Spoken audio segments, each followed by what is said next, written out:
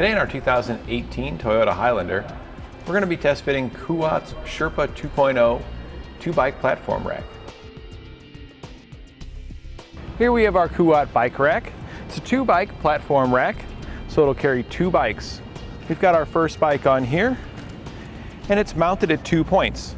Here in the front on your front tire, which locks in, and here at the back using a strap on your back tire. This is particularly nice if you have a carbon fiber bike because there's no point of frame contact. While your bike's installed, there's an easy to reach handle located here, so you don't have to bend over too far. You can pull it and tilt your bike down, and this will give you full access to the rear of the vehicle.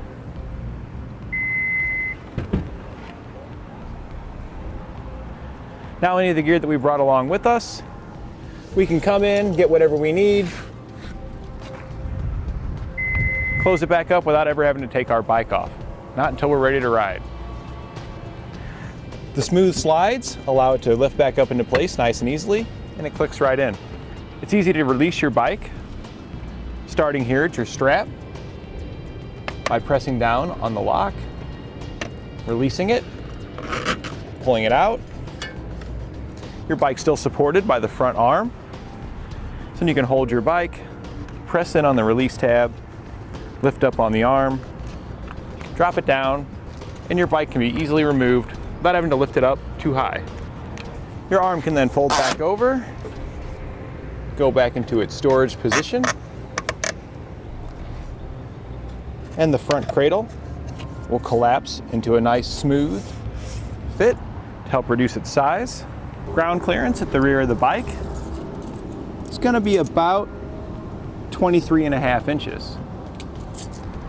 And from the bumper, the furthest point, it's going to be about 34.5 inches. And while it's in its down position, the closest edge is going to be about 10.5 inches. We can again press our lever and tilt our bike up and put it in its storage position. This is particularly useful when backing up in parking lots when you have no bike on it. If you don't want to take it off, it'll reduce that footprint at the behind of the vehicle, making it easier to move around. Our lowest point in the storage position is going to be about 14.5 inches. The furthest point from the bumper is going to be about 17 inches. And our closest point is going to be about 6.5 inches. The knob located underneath your rack here is an anti-rattle knob. You simply tighten it down and that'll lock your bike rack into place. When you're ready to take your rack off, make sure you loosen it up, and that'll allow it to release to be pulled out after you release the pin. Included with your bike rack, you'll receive a locking pin and clip. And there's a dust cap to help keep out any dirt and debris, so you know your locking mechanism will work even after you've gone through some muddy roads. This is our test course. Let's start with the slalom.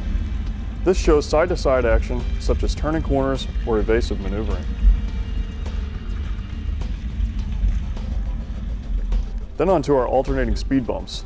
This shows twisting action, such as hitting curbs, potholes, road debris, or uneven pavement. And last of all, the solid speed bumps. This shows up and down action, such as driving through a parking lot or parking garage, or driving in and out of a driveway.